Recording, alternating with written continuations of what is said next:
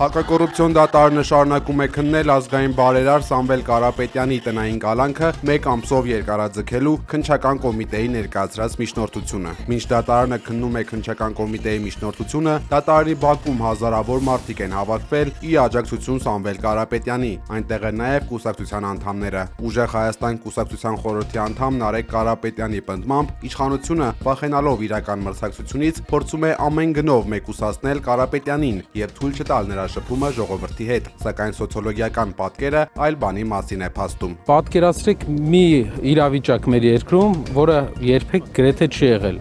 Իշխանության հիմնական մրցակիցը, ումից իրենք փաստացի վախ ունեն մեծ, սահմանափակված է խոսքով, սահմանափակված է իր ժողովրդի հետ շփման հնարավորությամբ, բայց անգամ դրանից հետո բոլոր հարցումները ցույց են տալիս,